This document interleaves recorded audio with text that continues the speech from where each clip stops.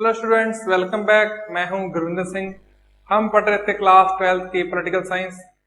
इसमें हमने देखा था कि हम एक हमारा चैप्टर नंबर 3 कर रहे थे, main elements of Indian federal system. हमारा जो इंडिया का फेडरल सिस्टम है उसके बारे में अपनी बात कर रहे थे। हमने देखा कि कैसे वो फेडरल है और कैसे वो यूनियन है, यूनिटरी है, उसके बारे में देखा आपने। तो पहले अपने डिस्कस किया था कि कैसे वो फेडरेशन है। तो फेडरेशन क्या है? इंडिया अलग अलग स्टेट के मिलने से इंडिया बना है, ये तो है इसका फेडरेशन। लेकिन इंडिया एक ही है, ये है इसकी यूनियन। ओके, आगे देखो, main elements of Indian federal system. ये फेडरल सिस्टम है, इसके अपने एलिमेंट्स पढ़ रहे थे अपने। इसके अंदर एक इसका सब टॉपिक कर रहे थे और वो था unitary functions of federal system. Unitary functions of federal system. देखो, सभी स्टेट्स मिलकर इन्होंने कंट्री बनाई है, लेकिन ये यूनियन की तरह काम करते हैं। वो कैसे? ये एक ही आत्मा है, एक ही है। ये कैसे है? अपने वो फीचर्स देख रहे हैं। देखो, फेडरल सिस्टम है, सभी आपस में जुड़े हुए हैं सभी स्टेट्स, लेकिन ये एक ही है, आत्मा से एक ही है, ये सोल से एक ही है। वो कैसे, उसके बारे में अपने पढ़ रहे थे। तो अपने जो लास्ट किया था वो था अपना डिवीजन ऑफ पावर्स। ठीक है, अपने जो लास्ट किया था अपने, उसको मैं रिपीट कर देता हूं। डिवीजन ऑफ, अक्षर थोड़े बड़े देख देते हैं।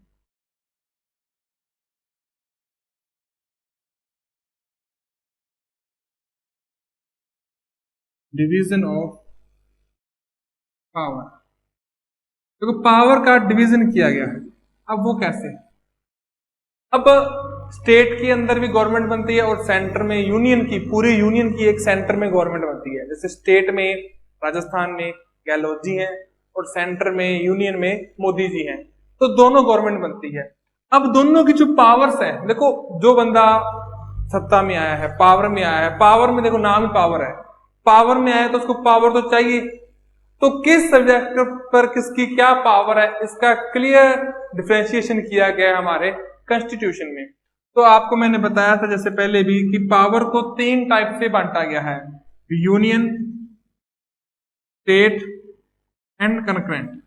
तो यूनियन में वो सब्जेक्ट आते हैं जिस पर सिर्फ और सिर्फ सेंट्रल गवर्नमेंट रूल्स बनाएगी, लॉ बनाएगी और डिसीजन लेगी। ये कितने हैं? ये टोटल पहले थे 97 थे। देखो, बदलते रहते हैं, लेकिन स्टार्टिंग में कितने थे वो याद होने चाहिए। जब देश आजाद हुआ, जब हमारा कॉन्स्टिट्यूशन बना, उस वक्त यूनियन को 97 सब्जेक्ट पर रूल बनाने की और डिसीजन लेने की पावर दी गई थी। जैसे डिफेंस है, जैसे फॉरेन पॉलिसीज क्या होंगी हमारे, उसके बारे में जो डिसीजन लेंगे वो लेंगे यूनियन। स्टेट, इसको दिए थे 66 सब्जेक्ट्स और कनकरेंट में 47। स्टेट मतलब राजस्थान है, पंजाब है, ये स्टेट्स हैं। इनको डिसीजन लेने की, जैसे पुलिस है, पुलिस इनके कंट्रोल में होगी, तो पुलिस के लिए जो रिफॉर्म्स करने हैं या जो इसके लिए लॉ बनाने हैं, उस पर जो काम करना है, पुलिस को ऑर्डर देना है कि वहां पर अरेस्ट करो, वहां पर शांति बनाने के लिए, पीस बनाने के लिए यहाँ पर बटालियन लेकर आओ, नई रिक्रूटमेंट करनी है, तो जो पुलिस के डिसीजन है वो कौन लेगी? स्टेट गवर्नमेंट लेगी।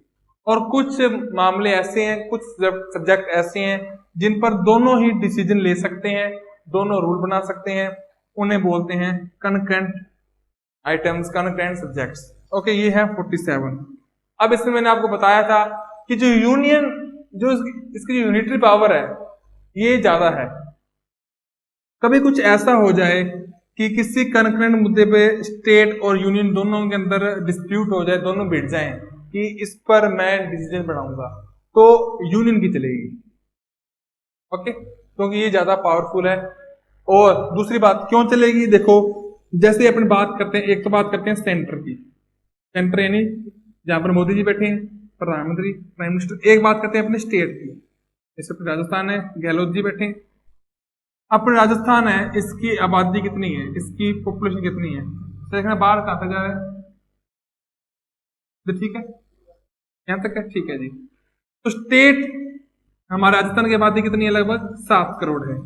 ठीक है, सेंटर की आबादी, पूरे कंट्री की आबादी सेंट्रल गवर्नमेंट जो बना रही है, सेंट्रल गवर्नमेंट जो यूनियन गवर्नमेंट जहां से बनी है, मतलब पूरे देश से बनी है, वो पूरी यूनियन से बनी है, वहां की आबादी है 130 करोड़।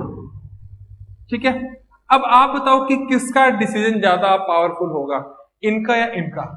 देखो ये 7 करोड़ लोगों को लीड कर रहे हैं और ये कर रहे हैं 130 करोड़ लोगों को, तो ऑब्वियसली बात है कि इनकी पावर ज्यादा होगी, इनको इसलिए ज्यादा पावर दी गई है। ओके, ये आ गया division of power.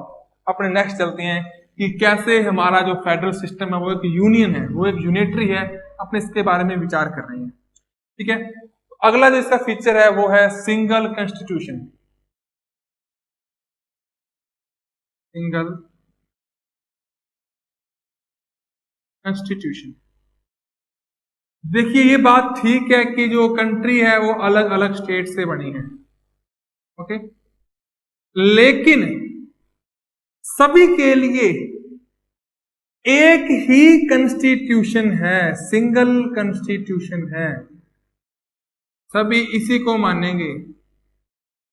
Her state में एक ही रूल चलता है जो कॉन्स्टिट्यूशन के है। जैसे मुख्यमंत्री बनना है, हर स्टेट में 5 साल के लिए बनेगा, एमएलए बनता है हर स्टेट में 5 साल के लिए बनेगा, उसको अपॉइंट करे गवर्नर, हर स्टेट में यही रूल है। तो हर स्टेट के लिए एक कॉन्स्टिट्यूशन है।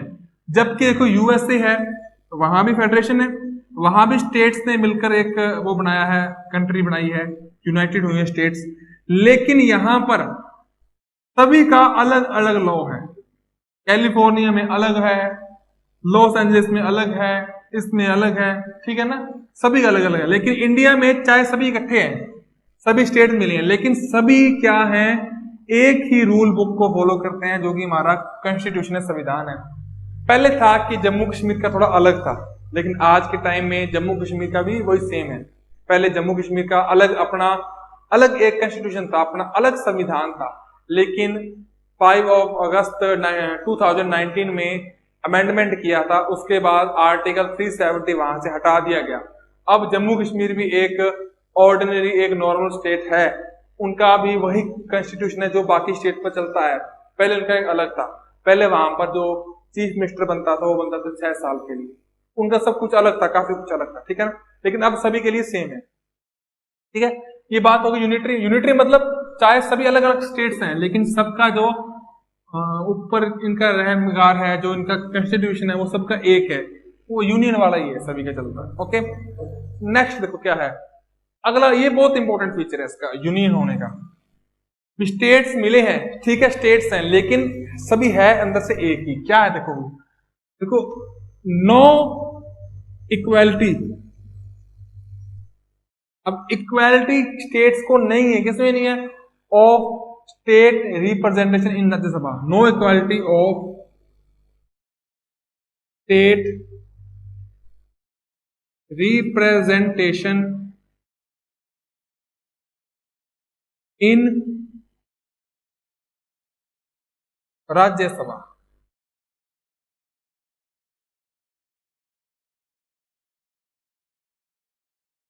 अब ये क्या है, आपने ये देखते हैं। देखिए मैंने आपको बताया था जो पार्लियामेंट है, जो है पार्लियामेंट, हमारी संसद है हमारी, उसके 2 पार्ट हैं। 2 पार्ट कौन कौन से हैं उसके? एक पार्ट का नाम है उसके लोकसभा, और दूसरे पार्ट का नाम है उसके राज्य।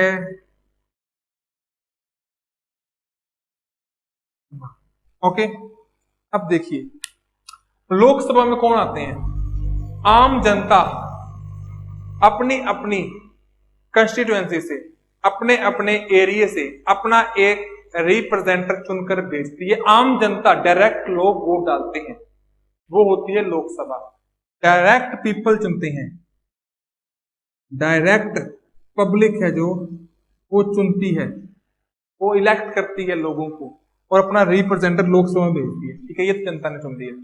पूरा देश को लगभग लगभग इक्वल कंस्टिट्यूएंसी में बांट दिया गया है। ठीक है, यहां तक तो कोई दिक्कत नहीं है। अब बात आती है आगे राज्यसभा की। तो हमारे आज के टाइम में 28 स्टेट्स हैं। हर स्टेट अपने अंदर से कुछ मेंबर, देखो जो ये इसका दूसरा पार्ट है, इसके अंदर जो बंदे हैं वो स्टेट से आएंगे। राज्य का मतलब होता है स्टेट, जैसे राजस्थान, पंजाब, हरियाणा, ये राज्य हैं, स्टेट हैं। राज्यसभा मतलब स्टेट्स की असेंबली, स्टेट की काउंसिल। यहां पर क्या, राज्य अपने अंदर से अपनी मर्जी से वहां का जो सरकार है राज्य की, वो अपने अंदर से लोग भेजेंगे, ठीक है, वो होगी राज्यसभा, राज्यों का गठन। अब इसमें एक पेच है, देखो क्या है, इसमें इक्वालिटी नहीं है। क्या इक्वालिटी नहीं है, देखो अपने कंपेयर करेंगे तो आपको समझ आएगा। एक है इंडिया, एक है यूएसए, ठीक है। इंडिया भी कई सारे स्टेट के मिलने से बना है और यूएसए भी 50 स्टेट्स के मिलने से बना है। 50 स्टेट्स ने आपस में कोऑपरेशन किया, आपस में सहमति की कि हमने अगर आगे जाना है तो सभी को साथ रह के चलना चाहिए। तो ये सारे स्टेट इकट्ठे हो गए, भी हम इकट्ठे हो जाते हैं, लेकिन इनके जो कानून हम अलग अलग रहेंगे। जैसे आपने पहले पढ़ा था ना कि अपना तो पूरे देश का एक ही है कॉन्स्टिट्यूशन, इनका नहीं है। देखो सभी स्टेट्स गए हैं तो इनकी आगे एक असेंबली है जिसको बोलते हैं सीनेट, इसे बोलते हैं सीनेट। अपने भी स्टेट इकट्ठे हो गए हैं, अपने भी एक आगे असेंबली है, उसका नाम है राज्य सभा, ठीक है। अब क्या है, यहां पर स्टेट इकट्ठे हुए हैं, वहां के लोग इकट्ठे नहीं हुए, वहां पर स्टेट इकट्ठे हुए हैं। तो स्टेट्स को सभी को इक्वल राइट है सीनेट के अंदर। मतलब सीनेट के अंदर अगर 100 मेंबर्स हैं तो हर स्टेट से 2 आएंगे,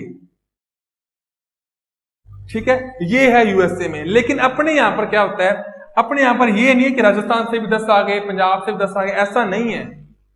स्टेट्स को उनकी पॉपुलेशन के हिसाब से वहां से राज्यसभा के रिप्रेजेंटेटिव आएंगे। जैसे मान लो राजस्थान है एक तरफ, एक तरफ है उत्तर प्रदेश, यूपी है, ठीक है। ये नहीं है कि राजस्थान से 10 आ रहे हैं तो यहां से 10 आएंगे।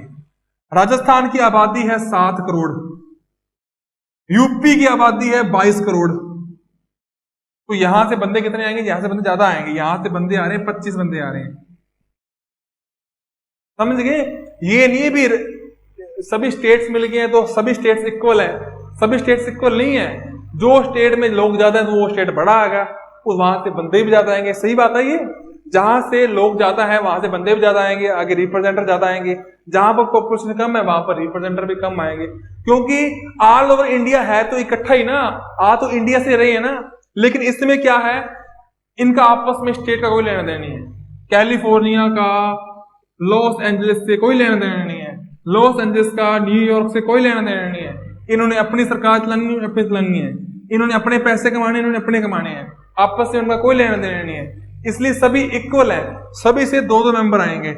यहां पर अपने पूरा देश एक है, तो पॉपुलेशन के हिसाब से अलग अलग स्टेट से अलग अलग लोग आएंगे नंबर्स में। तो यही बात कही है कि राज्यसभा की रिप्रेजेंटेशन में कोई इक्वालिटी नहीं है, ठीक है। लोग जहां पर ज्यादा हैं वहां पर ज्यादा मेंबर आएंगे, ठीक है। अगला पिक्चर देखते हैं क्या है।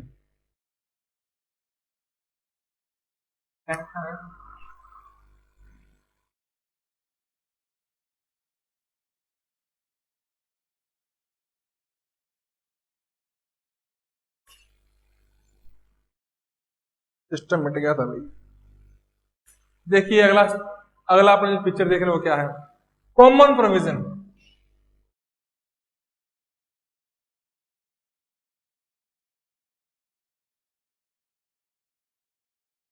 सभी स्टेट्स के लिए कॉमन प्रोविजन है, सभी स्टेट एक तरह से इसको ट्रीट करते हैं। ये नहीं है कि आंध्र प्रदेश में कुछ और चल रहा है, सरकार कोई और तरीके से चल रही है, अपने यहाँ और चल रही है, वहां पर जो जुडिशरी काम कर रही है वो और तरीके से चल रही है, यहाँ पर और चल रही है राजस्थान में, ऐसा नहीं है। सभी स्टेट में आपने देखा होगा कि जो ड्राइविंग लाइसेंस बन रहे हैं वो भी सेम तरीके से बन रहे हैं, सेम टेस्ट पास करने पड़ रहे हैं। पहले ड्राइविंग का लर्निंग टेस्ट होता है, फिर लर्निंग लाइसेंस बनता है, फिर परमानेंट टेस्ट होता है। मतलब जितने भी स्टेट है उसमें जो फीचर्स है, उसमें जो काम हो रहे हैं वो सभी एक तरीके से हो रहे हैं, क्योंकि देश एक है। चाहे राजस्थान, पंजाब, हरियाणा कुछ भी है, चाहे भाषा का फर्क है, लैंग्वेज का फर्क है, साउथ में तेलुगु तमिल चल रही है, इधर हिंदी चल रही है, लेकिन सभी एक हैं। तो सभी के लिए जो प्रोविजंस है वो भी एक जैसे हैं, कॉमन प्रोविजंस है। अगला फीचर इसका बहुत इंपॉर्टेंट और ये आपने ध्यान से समझना है, इंटीग्रेटेड जुडिशरी। इंटीग्रेटेड जुडिशरी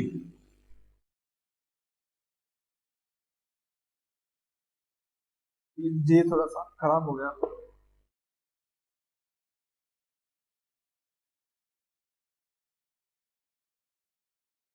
अब इंटीग्रेटेड जुडिशरी का मतलब क्या है ये समझ लें।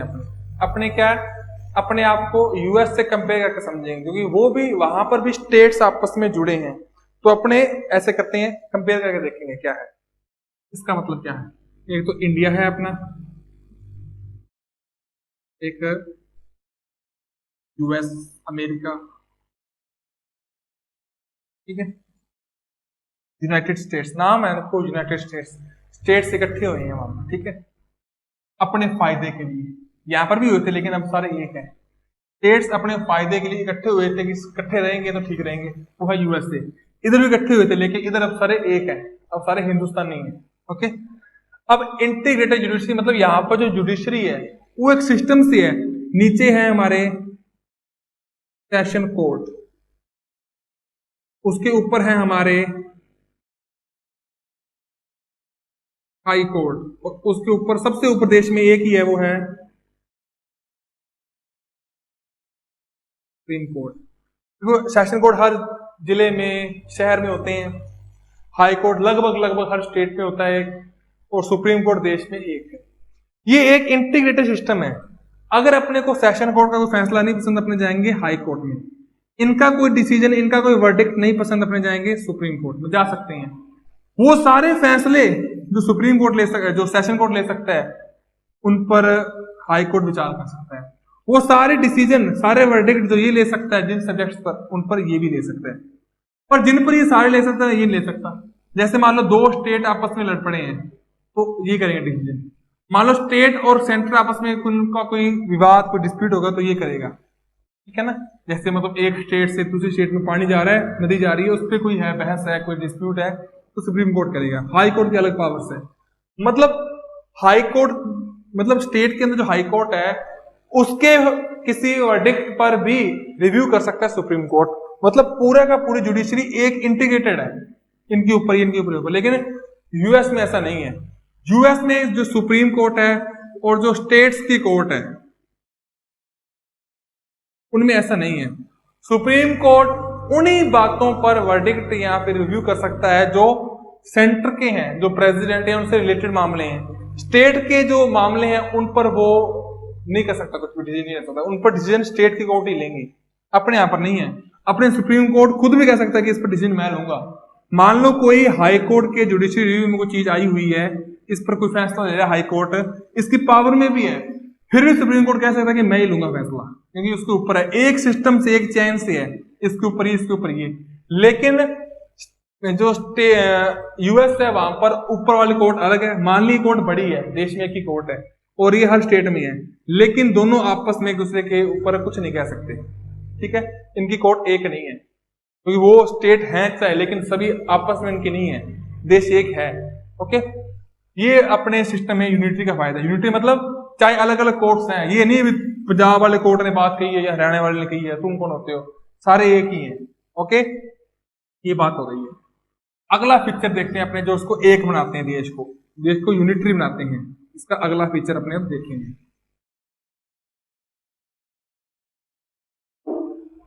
बहुत इंपॉर्टेंट है ये।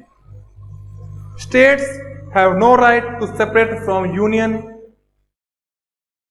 यही है, states have no right to separate from union. देखिए क्या है ये, states have no right to separate from union. अब इसका क्या मतलब है, देखिए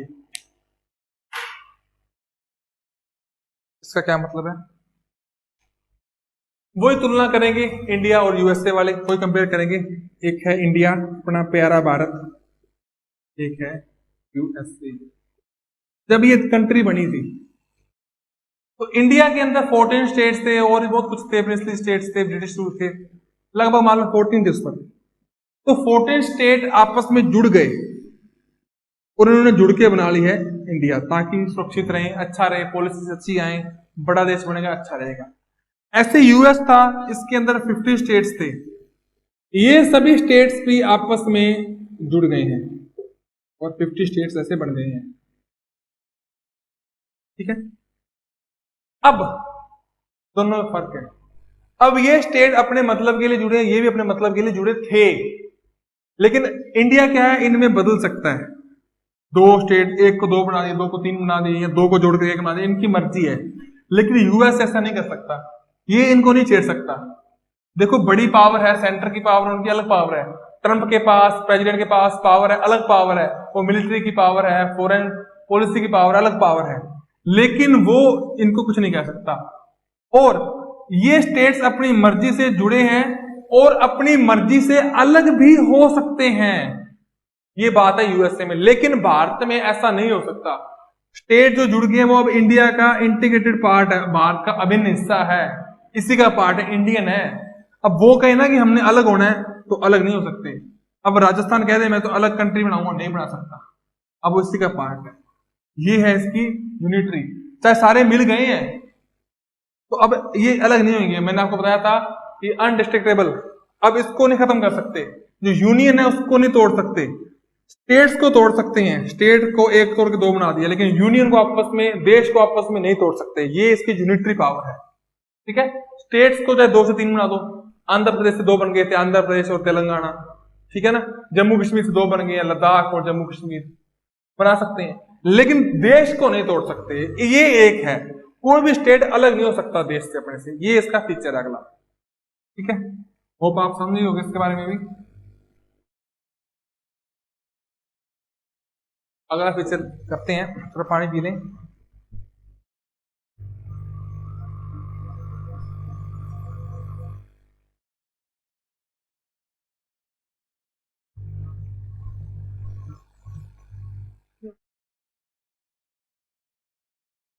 अगला फीचर है कॉन्सेंट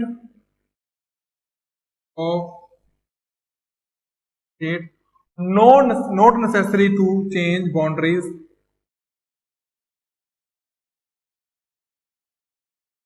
चेंज बाउंड्रीज, और इसके नाम बाउंड्रीज एंड नेम, वो काम नहीं, एंड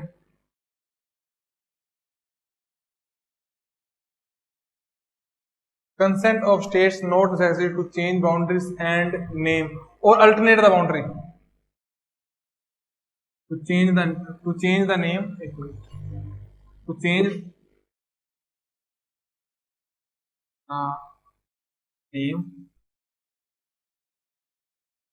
alternate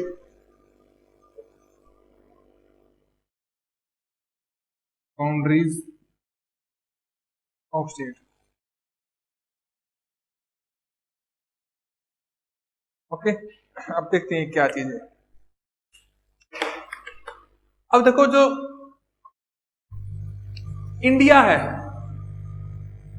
ठीक है, वो अलग अलग स्टेट से मिलकर बना और वो एक ही है, यूनियन है। अपने इसके फीचर के बारे में पढ़ रहे हैं, इसमें देख रहे हैं कि जो स्टेट की बाउंड्री चेंज करनी है, 2 स्टेट बनाने हैं, इसका डिसीजन स्टेट नहीं ले सकता, इसका डिसीजन सेंटर लेगा। ठीक है, ये खुद नहीं टूट सकते हैं, ये उसकी एक पावर है। पूरा देश है ना, वो कई स्टेट से बना है। इस स्टेट ने टूट कर 2 होना, कुछ करना है, तो ये अपने आप नहीं हो सकता। ओके, यही बात कही है इसने। इसको या इसकी बाउंड्री चेंज करनी है, बढ़ानी है, कम करनी है, ये नहीं इसका कब्जा कर लेगा, पंजाब वाले कह देंगे राजस्थान में कब्जा कर लेते हैं, ऐसा नहीं कर सकते, या हम तो टूट के 2 बनेंगे, ऐसा नहीं। ये यूनियन सिस्टम करेगा ये डिसीजन, चाहे स्टेट इकट्ठे हुए हैं अपनी मर्जी से, लेकिन अब इनके जो डिसीजन है, टूटना है, 2 बनने हैं, 3 करने हैं, या इसका नाम बदलना है, वो काम करेगा सेंटर, तो अपने आप का मर्जी कर ले। ओके, ये ठीक है, अच्छा फीचर है भी। अगला फीचर देखते हैं। अगला फीचर बड़ा अच्छा फीचर है वो भी, no division of public services.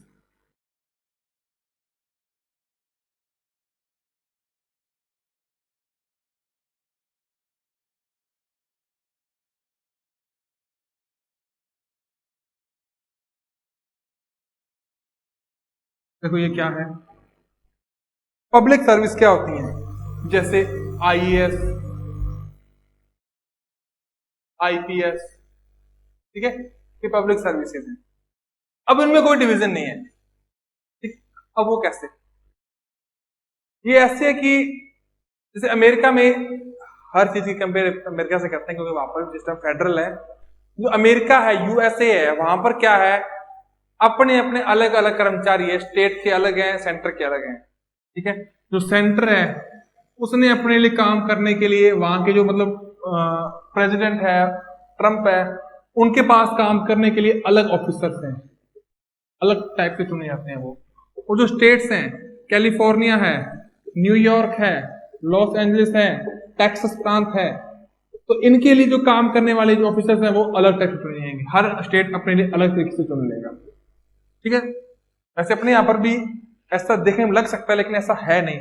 यहां पर जो आईएएस होगा वो पूरे देश के लिए आईएएस है, इंडियन एडमिनिस्ट्रेशन सर्विस। जो आईएएस बनेगा, यूपीएससी का एग्जाम पास करके एक आईएएस बना है, तो आईएएस कहीं भी जा सकता है। वो आईएएस राजस्थान में भी काम कर सकता है, उसका ट्रांसफर पंजाब में भी हो सकता है, उसका ट्रांसफर हिमाचल प्रदेश में भी हो सकता है, दिल्ली में भी हो सकता है, यूटी में, या उसको सेंट्रल सेक्रेटरिएट में भी ले सकते हैं, उसको यूनियन मिनिस्ट्री में भी ले सकते हैं, ठीक है ना। वहां पर उसका काम करवा सकते हैं, वहां पर उसका जो सेक्रेटरिएट है वहां पर भी काम करवा सकते हैं। तो ये नहीं भी काम पर है, काम हर जगह कर सकते हैं। वो कलेक्टर है ना, वो एक आईएएस होता है, वो राजस्थान में जा सकता है। अब राजस्थान के अंदर कलेक्टर हैं, वो बाहर से भी लगे हुए हैं, महाराष्ट्र से भी हैं, पंजाब से भी आगे लग सकते हैं। यहाँ पर हमारे बीकानेर के एसपी थे, वो पंजाब से आए थे, है ना, अलग अलग हैं। दिल्ली के एसपी है, एक डीसीपी बड़े फेमस है रंधावा, वो पंजाब से हैं।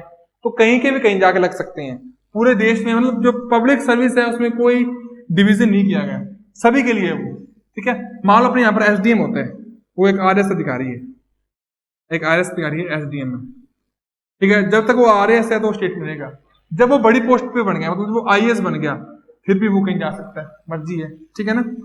तो मेन अपनी इस पे है, जो ये ऑल इंडिया सर्विसेज हैं, आईएएस, आईपीएस, आईएफएस, तो ये हर जगह जा सकती हैं, ये नहीं कि एक जगह है। आईएएस राजस्थान में, राजस्थान का है, तो इसको कंट्रोल करता है डीओपीटी, जो हमारे प्रधानमंत्री है, प्राइम मिनिस्टर, उनका जो डिपार्टमेंट है डीओपीटी, वो उनको कंट्रोल करता है। कहीं भी भेज सकता है, कहीं भी ला सकता है, इनके खिलाफ एक्शन ले सकता है। अगर ये कोई गलत काम करे तो उसको स्ट्रिक्ट पनिश कर सकते हैं उनको, ठीक है ना। तो पूरे देश की जो सर्विसेज है, पब्लिक सर्विस, वो एक ही है ऊपर से, ठीक है ना। जैसे एसपी है, वो पुलिस के अंदर है, उनको कंट्रोल कौन करता है, स्टेट करता है। लेकिन जो आईपीएस पावर है वो कहां से, ये उनको सेंटर से मिली हुई है, ये चीजें हैं। और वो पूरे देश में कहीं भी घूम सकते हैं, कहीं भी उनकी ड्यूटी हो सकती है, कहीं भी वो पोस्टिंग हो सकते हैं। तो ये सारा कुछ देख के एक बात समझ आ रही है, वो उसका चैप्टर का कंक्लूजन है कि अपना जो स्टेट है, अपना जो नेशन है, वो स्टेट से मिलकर बना है, फेडरेशन है, ठीक है, बात समझ आएगी, फेडरेशन है। लेकिन जो ज्यादा पावर है, जो सिस्टम है, वो झुका हुआ टेंडेंस है, वो कहां पर है, वो इंडियन यूनियन की तरफ है। तो यही अपना लास्ट पॉइंट है चैप्टर का, कि क्या है, टेंडेंसीज हैं ऑफ इंडियन यूनियन, क्या है, टेंडेंसीज है।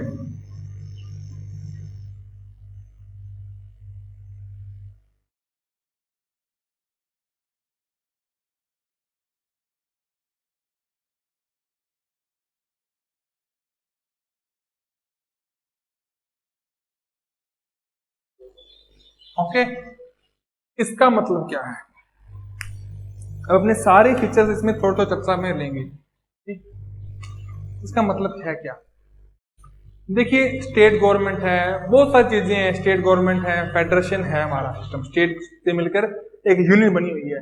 लेकिन जो पावर है ना, जो सत्ता है, पावर है, जो सिस्टम है, वो यूनियन सेंटर की तरफ ज्यादा है। सेंटर के पास ज्यादा पावर है स्टेट की तुलना में। ये बात कहीं ना कहीं होने कही, जैसे केसी वेयर है, ठीक है, या हमारे जो अंबेडकर जी है, BR अम्बेडकर, उन्होंने बातें कही है कि जो सेंटर है वो स्टेट से ज्यादा पावरफुल है, सेंटर है वो इन सब पर हावी है, इन सब से ज्यादा पावरफुल है। तो पावर्स है वो सेंटर की तरफ टेंड्स हैं, मतलब उनकी तरफ झुकी हुई हैं, ज्यादा उनके पास हैं, ठीक है। इससे बोल देते हैं क्वासी फेडरल। क्वासी फेडरल मतलब जो सिस्टम है वो फेडरेशन है वो एक तरफ झुका हुआ है, वो है इनकी जो सुप्रीमेसी की तरफ झुका हुआ है। इसे और बोल देते हैं बार्गेनिंग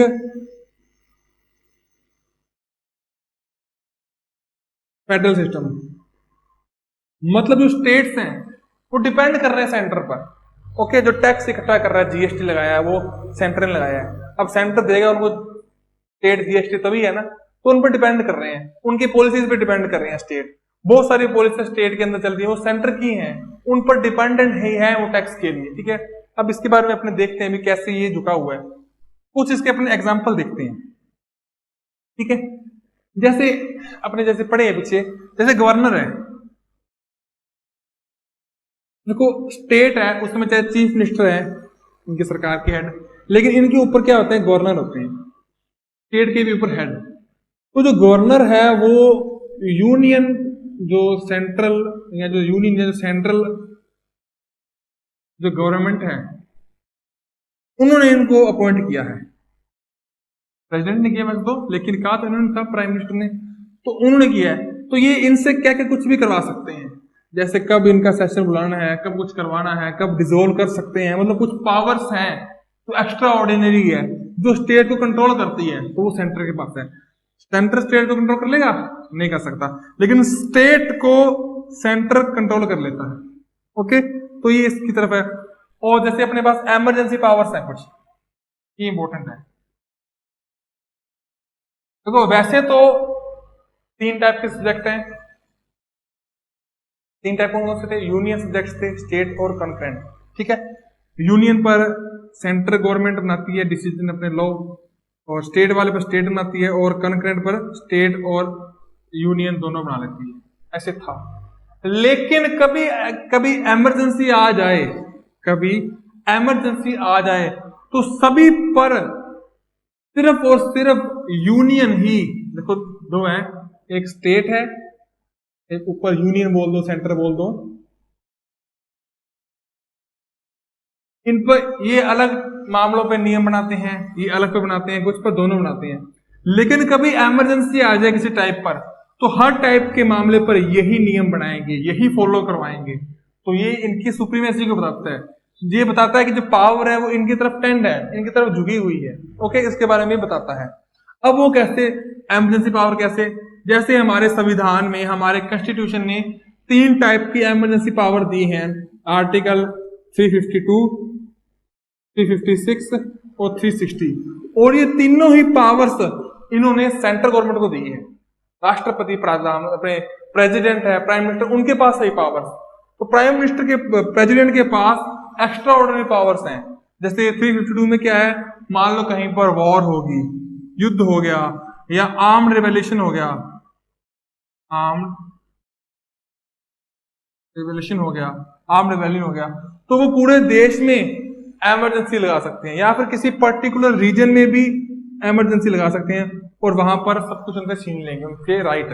ओके, 56 इनको लगा, स्टेट को, यूनियन को लगा कि स्टेट में गवर्नमेंट काम नहीं कर रही है, तो वहां पर इमरजेंसी लगा देंगे, वहां पर अब कोई चीफ मिनिस्टर नहीं है, वहां पर जो रूल चलेगा वो चलेगा प्राइम मिनिस्टर का, प्रेसिडेंट का। ठीक है, 360 फाइनेंशियल इमरजेंसी, आज तक कभी लगी नहीं, लेकिन इनके पास पावर है, कभी देश में पैसे पूसे कम पड़ जाए तो जितने भी गवर्नमेंट एम्प्लॉई है उनके पैसे काट लेंगे, खर्चा कम करेंगे। ठीक है, तो ये पावर किसके पास है, यूनियन के पास है, ये पावर स्टेट के पास नहीं है। इस टाइप से हमें पता चलता है कि हमारा जो सिस्टम है उसमें पावर है यूनियन के पास है। सभी देश इकट्ठे हुए हैं, सभी स्टेट्स इकट्ठे होकर इन्होंने एक देश बनाया है, लेकिन इसका मतलब ये नहीं है कि सभी अपनी अपनी चलाएंगे। जो पावर है वो एक जगह है, सोल सबकी एक है, देखने में सब अलग अलग है, लेकिन है सभी भारतीय। यही इस संविधान की खूबसूरती है, हमारे देश की खूबसूरती है। तो ये जो छोटा सा टॉपिक था, छोटा सा चैप्टर था फेडरल सिस्टम वाला, ये आज खत्म होता है। अगले चैप्टर से हम नया टॉपिक स्टार्ट करेंगे, नई यूनिट स्टार्ट करेंगे, जो कि है गवर्नेंस के बारे में पढ़ेंगे। तब तक के लिए मैं विदा लेता हूं। Thank you very much.